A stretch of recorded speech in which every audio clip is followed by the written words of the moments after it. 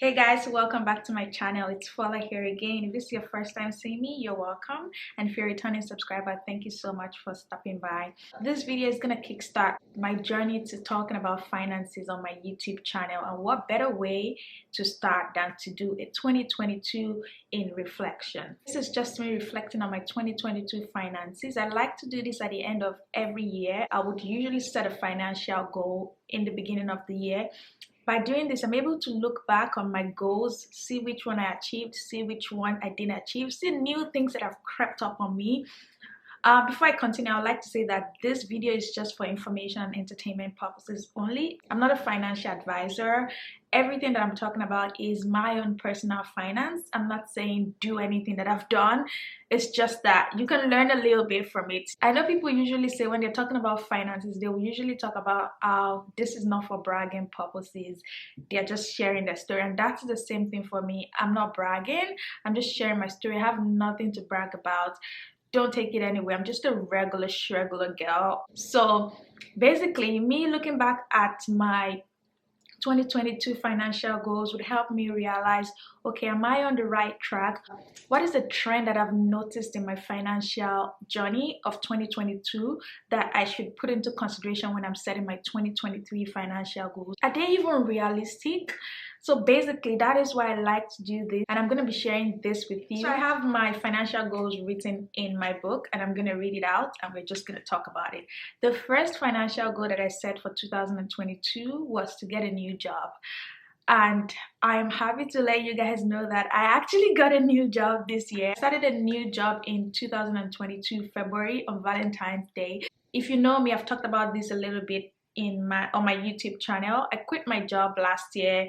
I don't remember if it's June or May, after I got my permanent residence. That was a job I was in for almost 20 months. Even though I didn't really have anything planned, I was learning new things. I was just learning. I was also working some other job on the side, but I knew I wanted a new job in 2022.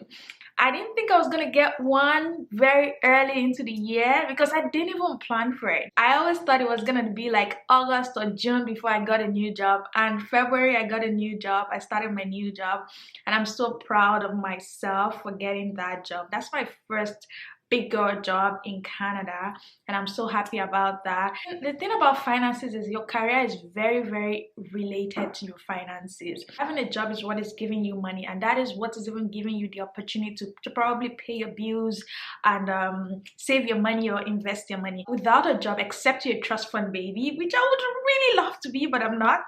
Without a job, you would really not be able to finance your life. So I'm so proud of myself for getting a new job, and I'm so happy about that. My second financial goal of 2022 was to build up my emergency fund again. If you watched my 2021 in review last year, I talked about how I had to touch my emergency fund and fix my car, and that was around October or November in 2021. And one goal I had was I had to run it up again. Emergencies are real. You don't know where they're coming from, left, right, or center. So you have to be prepared for it. And I'm so happy to say that my emergency fund is back up and running, period. I was able to save and save and save and save, and now I'm happy. The third financial goal that I had for 2022 was to track all of my expenses and budget. I didn't really start budgeting until late 2021. And the little I did in late 2021, I was like, I love it. So in 2022, I said I was gonna budget every freaking month of the year. I was gonna say, okay, you're only spending $500 on food this month, and that's what you have to stick to. And I'm so happy that I was able to track my expenses and budget all 12 months of the year. Now, I'm a budget kind of girl. I cannot survive without budgeting. If it's not budgeted for like is not spending it. That is my lifestyle now. The next goal that I set for myself in 2022 was to max out my yearly contribution for my TFSA. And guys, this one, when I set that goal, I was just like, you're not gonna do it, but set it. But I'm happy to tell you that for this year's contribution, Actually did max out my yearly contribution for TFSA. I contributed $6,185 in my TFSA account in 2022. I still have a lot of room and to contribute money, but the fact that I contributed $6,185 to my TFSA this year is something that I am so proud of. Prior to that, the year before in 2021, I probably only put $2,000 in my TFSA. And this year, I was like, set the goal, but it might not come to pass. But look at it, it came to pass. This is just to show you that write it down, plan for it, work with it, and it might surprise you that it's gonna work for you. Sometimes the things we think we cannot achieve, it only just needs proper planning. If it's $6,000, $500 a month is gonna get you there. Proper planning, proper budgeting will get you there. Budgeting my finances this year has been the best thing that has happened to me. Me deciding to track where my money goes has changed my life this year, and I know that it's gonna even get better every year. The next goal that I set for this year was to only buy things that I needed. I don't know if I'm gonna say that I 100% achieved this, but to an extent, maybe 90%, I did achieve it. Now, a little background about me: I'm not an impulse spender at all. I don't spend on impulse, and there's the good side to that, and there's also the bad side to that. The good side to it is that I don't spend on impulse. I think about things before I buy it. The bad side to that is I am not spontaneous, and I tend to overthink, which at the end of the day I talk myself out of buying things. So that to an extent is favorable to my finances, because I'm not one of those people that just go out and I'm like, ooh, I like that bag, it's $2,000, I'm gonna buy it, and I just buy it. No, I'm not that kind of person. I'm that kind of person that likes that bag, comes back home, sit down for like 20 days to think about it. Even after I convince myself that, wow, the bag is really good and I love it so much, I'm gonna buy it, I will think about it for another 15 days until I probably talk myself out of it or I buy it. So me setting a goal to only buy things that I need wasn't like out of the ordinary. It's usually the lifestyle that I always lead. But yeah, I would say that to an extent, I only bought things that I needed. Yeah, I would buy clothes and shoes, even though I had some, but it was because I probably needed a little bit more. I didn't go overboard this year, and my spending was like curtailed. And the next goal that I set was to cut out food delivery from my spending. Uber Eats especially, and skip the dishes and all of that. Guys, I am proud to announce that I only did food delivery 3 times this year. You know me, you know I am a lazy girl. I like to sit in my house while someone brings my food to me. I only went on the app, the Uber Eats app, to order for food 3 times this year, and that was in January and February. So March up until December, I didn't order for food once, not even once. Of course, I went out to eat. I would go out to eat and hang out with my friends or do drive-through, but to go onto the apps and order for food, I only did it 3 times this year, and I'm so proud of myself for that one. It's not easy, especially in the cold. I would rather sit in my chair and figure out something to eat, whip up something in my house, than go on Uber Eats. You know what I mean? You know, the urge to order online on Uber Eats is crazy. The comfort that someone is bringing your food to you, but you also know the fees are crazy. You might be buying your food for $30. They're gonna add on service fee, maybe another $3, delivery fee, another $5. You're gonna tip your driver. At the end of the day, when you're buying a $30 food, you're paying like $45 altogether. That's $15 gone.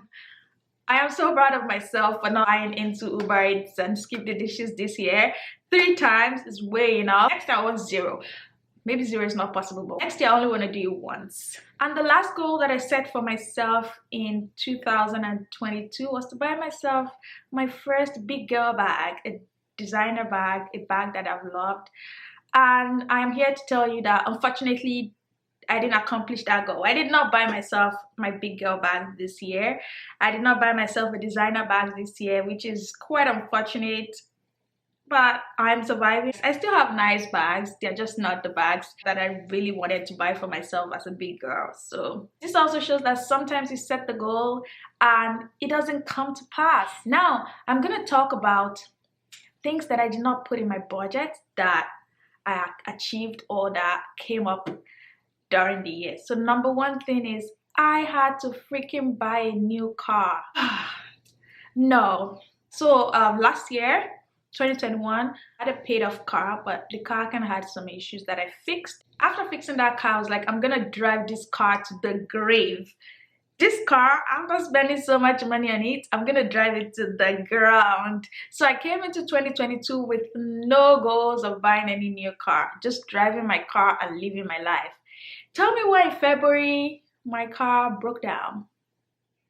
Again, I took it to the dealership and it turned out that the same thing they fixed last year is also the problem this year.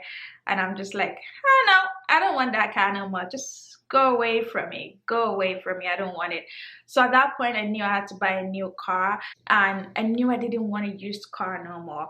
I've had only one experience with a used car and it was terrible. And I knew I wanted a new car that had the warranty on it and everything. But that also meant that I was going to go from having no debt to having debt, car loan, because I can't put down cash. I don't want to put down cash and buy a new car.